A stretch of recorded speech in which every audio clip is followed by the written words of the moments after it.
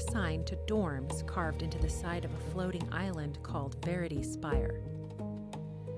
Liora's room had a window that looked out on drifting archways and distant islands, each one glowing faintly like an ember in fog. She unpacked slowly, hands unsteady.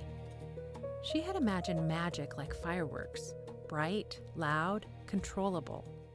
But the echo basin had awakened something in her that felt older than fireworks, older than her. That night, the academy whispered. Liora woke to a sound like paper tearing. She sat up, breath quick, and looked toward the window. Outside, a thin line of light zigzagged across the night sky between two distant islands, like a crack in glass. Then, impossibly, one island shuddered. The runes beneath it flickered, and the island began to fade. Not sink, not crumble, fade, like paint washed off a canvas. Liora scrambled out of bed, cold fear tightening her chest. Through the thinning edges of the island, she could see stars behind it, stars that shouldn't be there. She heard footsteps in the hall and yanked open her door. Nick stood outside, hair messy, eyes wide. Tell me you're not seeing that. Liora nodded, words stuck. Other doors opened. Students peered out, murmuring. Somewhere, a teacher shouted. Above them, the fading island lost another chunk of itself. Its runes flared once, desperate, and then dimmed.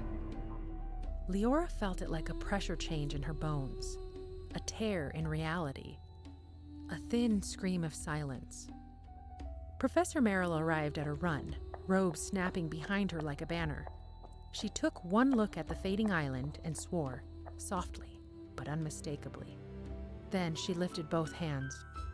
Threads of magic, those shimmering strands that Liora had seen outside, tightened. Runes lit along the academy's bridges. The air thrummed with effort. Professor Marel's voice carried, firm. "Everyone, back inside now." But it's disappearing, someone cried. "Yes, I know." Then her tone softened, authoritative. "Back inside. This is not a spectacle. This is a breach." Liora hesitated, and Professor Marel's gaze locked onto her. For a heartbeat, Liora thought she heard her own name in the woman's eyes. "Liora," Professor Marel said, quieter. "Inside." The way she said it wasn't just an order. It was fear, carefully controlled. Liora retreated, Nyx tugging her along. They watched from the dorm's common window as the island continued to fade, inch by inch, until only a ghost outline remained, runes flickering faintly like dying fireflies. Then it vanished. The sky where it had been looked wrong, like a blank spot in a painting. The academy's threads of magic slackened slowly, as if exhausted. And far away, somewhere that wasn't entirely in this world, something laughed. Liora felt it in her ribs, a whisper of delight, a nightmare stretching awake. Nyx's voice came out hoarse. That island, did anyone live there? I don't know, Liora said. But she knew, somehow, that something had been anchored there, something important. And now it was gone.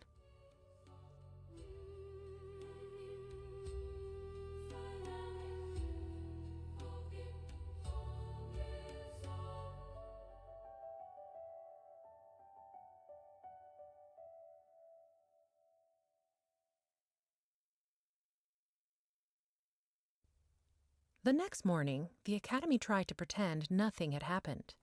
Teachers moved faster. Hallways hummed with quiet tension. Students whispered behind hands and glanced up at the sky as if expecting more islands to vanish.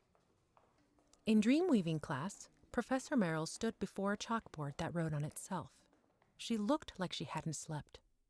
Behind her, a diagram showed two overlapping circles, reality and Dreamworld.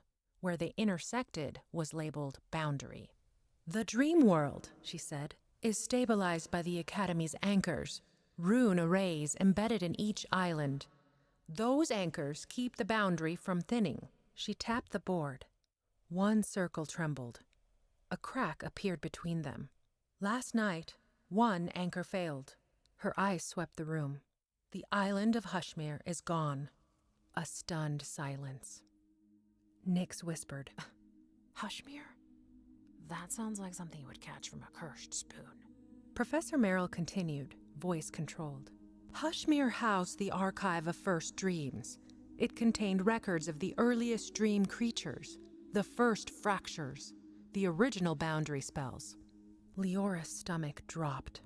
So, someone, a student began. Yes, Professor Marel cut in. Someone knew exactly what to target.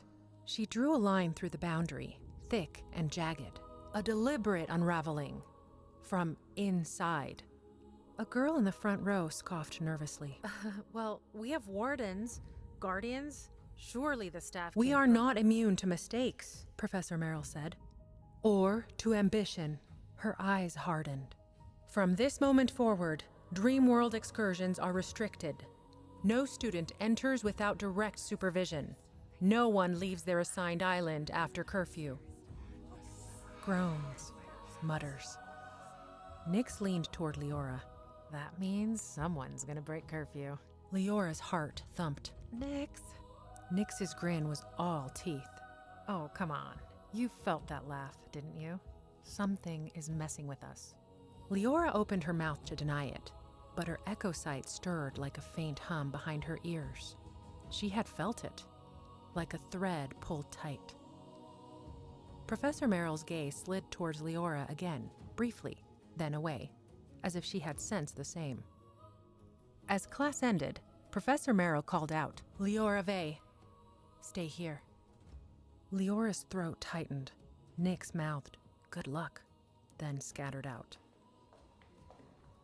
When the room emptied, Professor Marel turned to Liora. Up close, her pale eyes looked tired, like a candle burned down to its last inch. You saw it, Professor Marel said. The island? Liora asked. The moment the anchor failed, the professor clarified, your essence quieted the room in the basin. Echo sight responds to fractures. You must have felt it first. Liora nodded slowly. It felt like a scream without a sound. Professor Marel's jaw tightened. Good. That means your senses are honest. Why are you telling me this? Liora asked, voice small. I'm new. I don't know anything. Professor Marel studied her. Because the person who did this will try again, and I suspect they will seek someone like you. Leora's pulse jumped. Seek me? Echo sight can perceive the seams of the boundary. It can also open them, if guided, or if manipulated. Liora stepped back, suddenly cold. I don't want that. I know. But wanting is not always protection. She moved closer, lowering her voice. Listen carefully. Trust is a spell you cast every day. Some people will offer you friendship because they mean it. Others will offer it because they want your hand on the door. Liora swallowed. Who did this? Professor Marel's eyes flickered toward the window, where the blank space in the sky still looked wrong. I don't know, she admitted. Not yet. Then, very quietly, but I know what they want. Leora's skin prickled. What? Professor Marel hesitated, as if weighing the risk of speaking. A perfect world. A reality rewritten using dream matter. No grief, no loss, no ugliness. A world made only of what someone chooses. Leora's mind flashed, unbidden, to her mother's face. The way she sometimes stared out the window like she was watching a memory instead of the present. To the old book the letter had fallen from.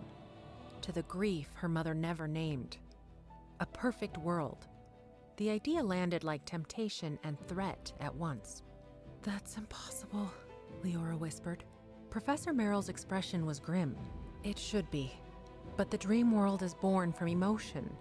Emotion is powerful. And someone is feeding it with something very sharp. Fear? Liora guessed.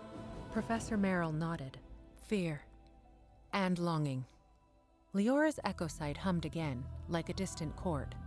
Professor Marel touched 2 fingers to Leora's wrist, briefly, like checking a pulse. You will come to me if anything feels wrong? Liora managed a nod. And Liora, Professor Marel added. Yes? If you find yourself drawn toward the Dreamworld, if you feel it calling, do not answer alone. The professor stepped back, her composure snapping into place like armor. You may go. Liora left the classroom with her thoughts tangled like threads. In the hallway, Nyx waited, leaning against a rune-lit pillar like she'd been there all along. So, did she tell you you're the chosen one? Liora huffed, half laughing despite herself. No, she told me to be careful. Nyx's grin faded slightly. That's worse. They walked together toward the dining hall, but Leora's attention kept drifting upward, toward the sky, toward the blank spot where Hushmere had been. She felt, faintly, as if something was listening back.